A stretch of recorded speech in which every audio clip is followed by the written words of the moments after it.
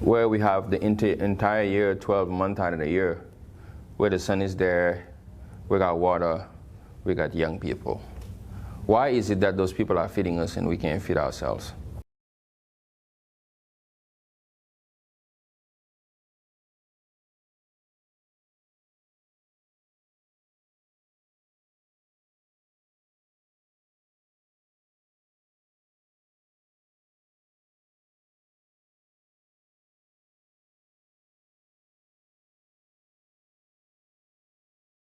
Welcome to Marco Loro TV. My name is Marco Loro. I'm your host for Inside a Great Mind. And today I'm so honored to have Mr. Thione Niang on this show. He has so many talent, but we're going to talk about farming today, about his project Jeffzone, and what he's doing to empower young Africans to have love for agriculture, not just in Africa, but around the world. Mr. Thione, how are you? I'm good. Good to see you. Good to see you. So tell us, who's Thione Niang? Well, I am a Senegalese American, Okay. born and raised in Senegal, in a small city named Kaolack, Kaolack. 3 hours away from Dakar. I grew up partly in Kaolack and in Dakar, the capital of Senegal. I came to America in 2000. I was 22 then. I started in New York City in the Bronx. Okay.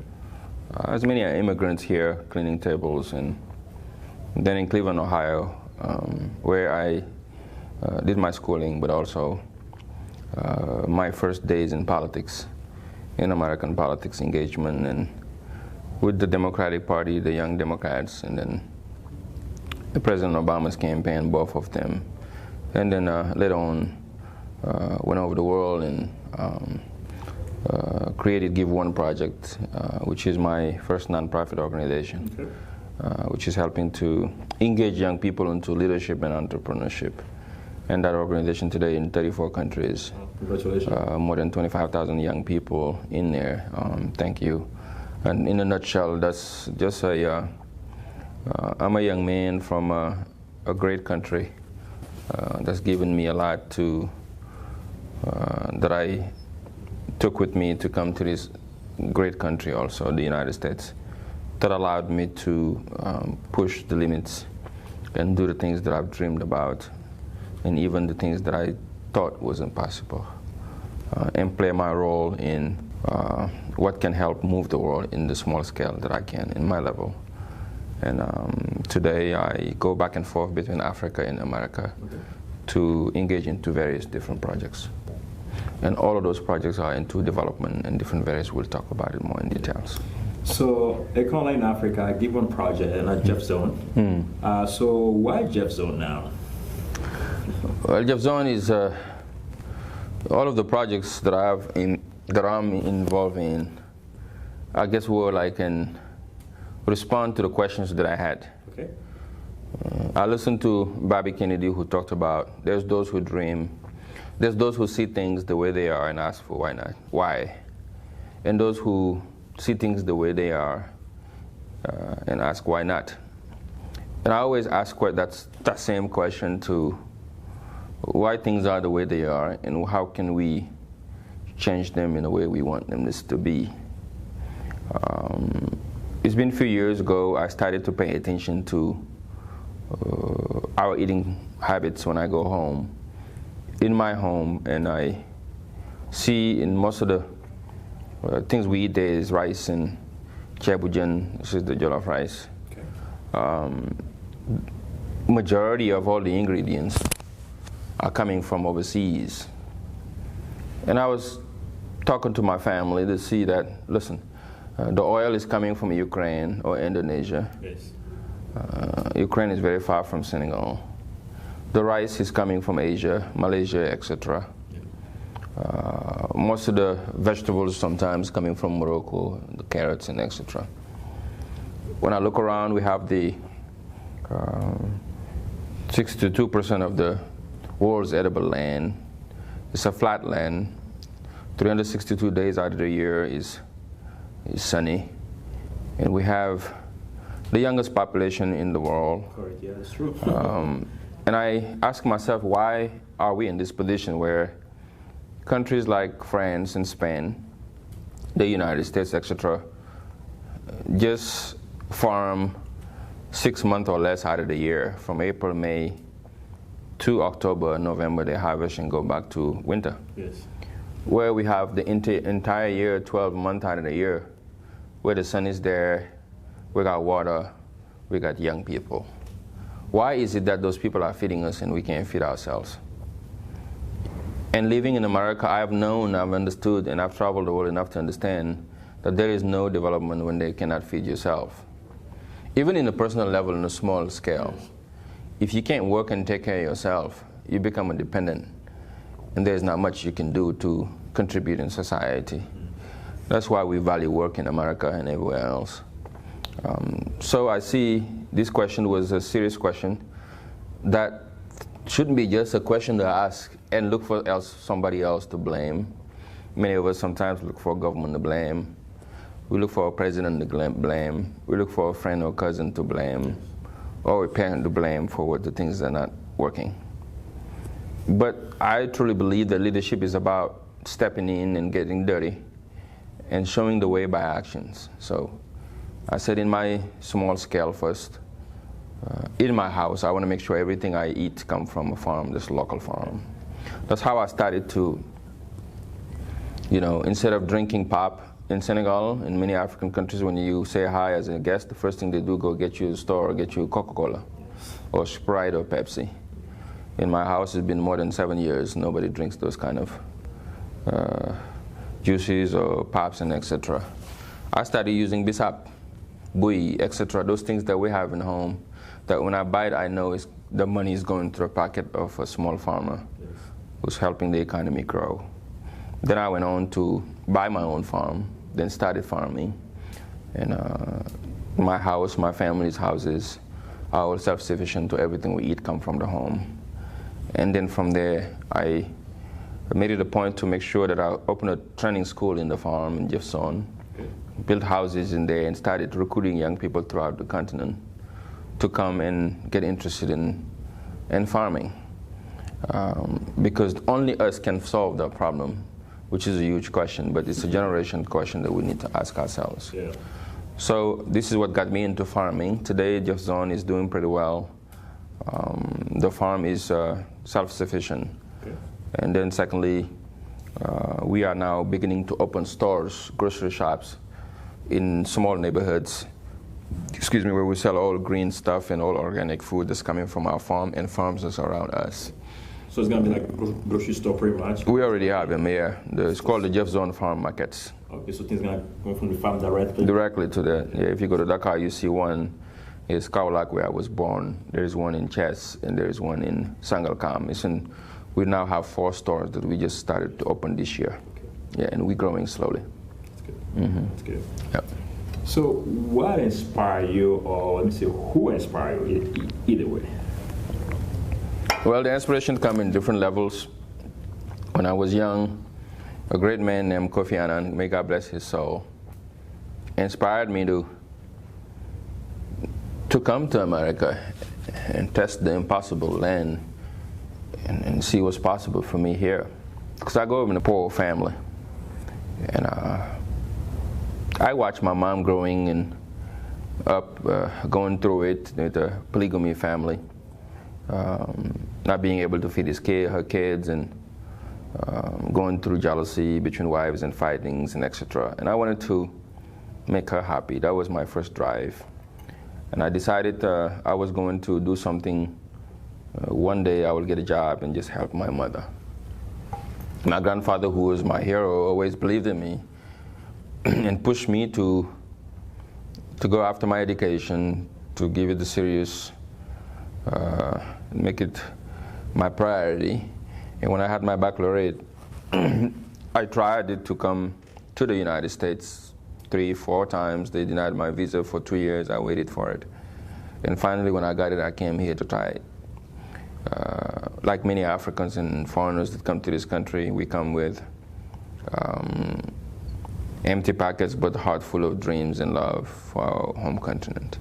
And this is what brought me here.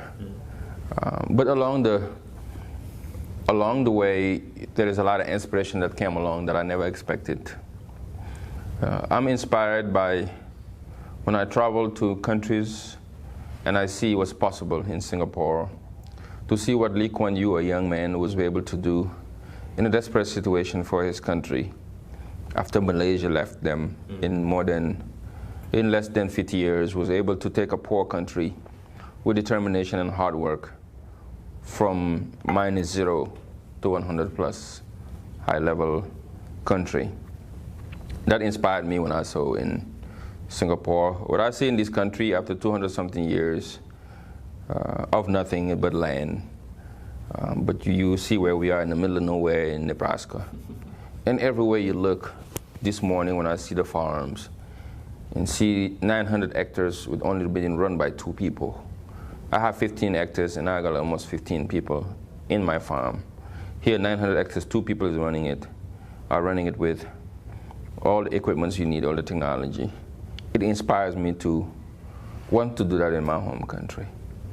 I'm inspired also when I go home, and I don't know if I can call it inspiring, but it puts an obligation for me to do more for my continent. When I see, until in 2018, my mothers and aunts and women across the continent are still living in the dark. Out of 3 Africans, only 1 has decent electricity or energy, source of energy.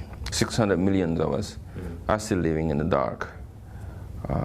And I'm touched also when I go to the hospitals in Senegal, in Togo, in Benin, and etc., and see how people go into hospitals and there's no doctors, there's no equipment, there's no decent health care. Children are still dying of a small diseases, paludism and malaria, etc. People still are hungry, not eating well, because we're not able to meet the requirements to give food to our population. All of these issues that I see, the employment that's touching our young people, which is causing them to take the ocean to go to Europe. Most of them are dying, chasing a dream that never existed. All of these things that I see when I go around between countries puts me in a situation to question myself of, should I be a criticizer or an actor, or I have to play a part in, like our founding fathers did. They were young like us who dream of the impossibilities, push the limits, go against the odds to ask for independence. And I know when Nkrumah thought about it, when Patrice Lumumba, Senghor, and etc., Nyerere, there were young people like us who just wanted better things for their families and better things for their lives and their countries. And they made it happen, even though they didn't reach the limit of what they wanted. And I know they knew that there's going to be some children after them. Their great-grandkids will come, their kids will come to continue the fight, to work to get things better for the continent. That's amazing. And I think that time has come that we also have to put on the shoes, hold the flag high, and keep going to the bushes and the difficulties and the obstacles until we can reach that limit. And if we don't like them, at least we will push it a little higher. And I hope that the young people we are training through Give One Project, through my friend Tony Alamelous, etc., and all these great organizations like what you're doing here in Nebraska will help to make life better for our people we left back home. So this is basically what inspires me every day and what keeps me up and what makes me moving around, and that's what brought me here in Nebraska. Yeah. What would be your last word or tips to a young person who's out there who wants to become an entrepreneur, who's hustling? What would be your 1 or 2 tips for that person? Any young entrepreneur that is watching, what I would ask you just to do is the things that I believed in, which is perseverance and optimism. Entrepreneurship is a very difficult route to go. If it was the easy route, everybody will do it. Majority of the people are not entrepreneurs, because entrepreneurs are the crazy people who have ideas that in the beginning, most of the time, everyone thinks that they're wasting their time. But I'm here to tell you that those crazy people out there doing crazy enough to change the world. Mark Zuckerberg was a young crazy guy who today have changed the world on his way with Facebook. Larry Page was a young crazy guy with Google today.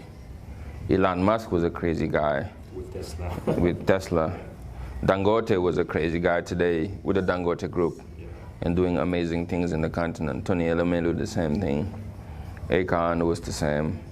And everyone who's tried to do something great, you've got to arm yourself with these two things, which is perseverance. Is going to be difficult. And you have to hang in there and believe in your dreams and your reality and what you believe you can do and put in the work. If you believe it, you work at it. If you don't give up, it's going to be there. They're going to touch the dream. But if you dream about it and you don't work, it's just going to stay to be a dream. If you dream about it, you work, and it gets difficult, you give up. You're halfway there, but you're not going to get there. So my advice to them is dream it, put in the work, and push to the end until you see it. Don't give up. If you don't give up, there is always a light at the end of the tunnel. And always remember that what you're doing today is not for you, and it's bigger than you. It's going to be for generations to come. We have to create things that can touch lives that we don't even meet. Exactly. So anyone starting a business, wherever you are in the world needs you. They need your talent. They need you to wake up and to believe in yourself so we can benefit from the blessings that God has put in you. And each one of us has that. Yeah. Some push to wake it up, and some decide to let it sleep. And some decide to give it to someone else, to go work for somebody else. And some decide they're going to push until they open it and share it with the world. So, Thione, thank you so much. Appreciate it. It's a blessing. Thank you very much.